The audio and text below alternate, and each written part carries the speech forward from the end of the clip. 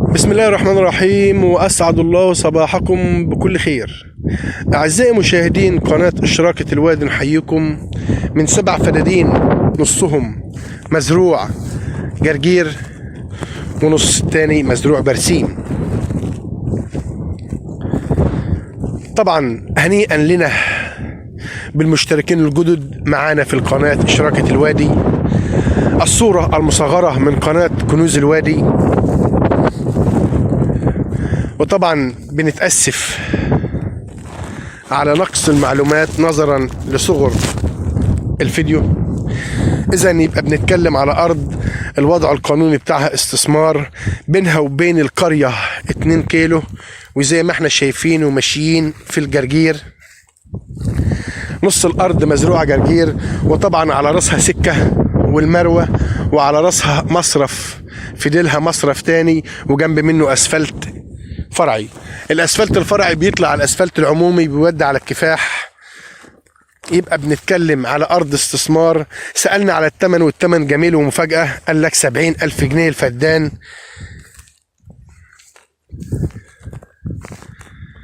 طيب عدد ساعات الري بتاعتها،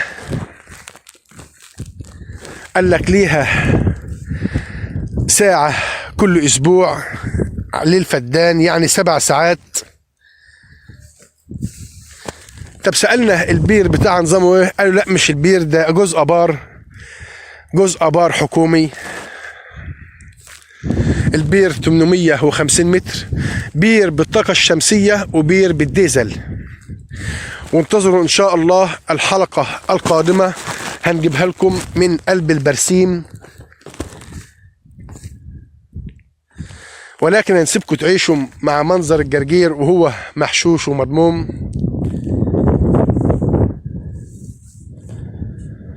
وطبعا اللي بيشوفنا دلوقتي لا ينسانا باللايك، ولا ينسانا باشتراكه في القناة لكي تكبر بدعمكم.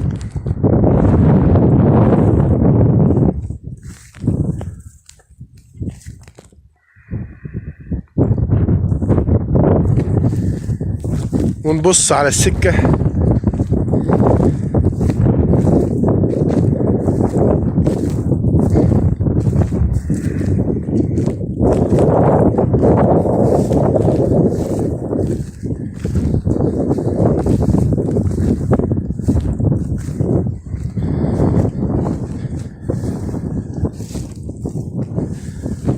طبعا ديت المروة،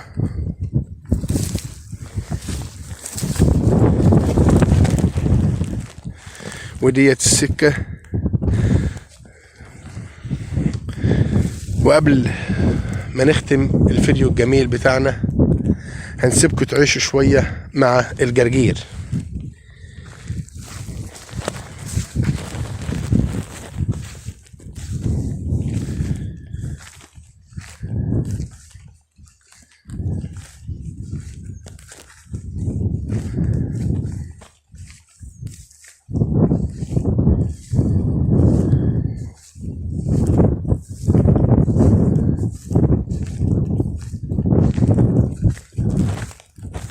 طبعا دي الجرجير وهو محشوش.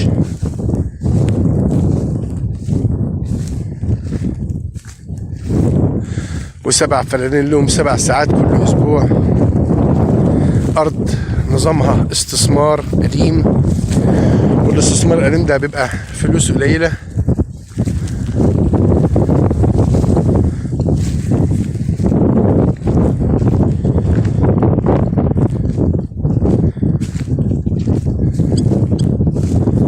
في الأخير حابين نشكركم، وانتظروا الفيديو القادم من أرض ال7 فدادين، الجزء الثاني اللي هو البرسيم. طبعا زي ما احنا شايفين مزارع، أشجار، غلال.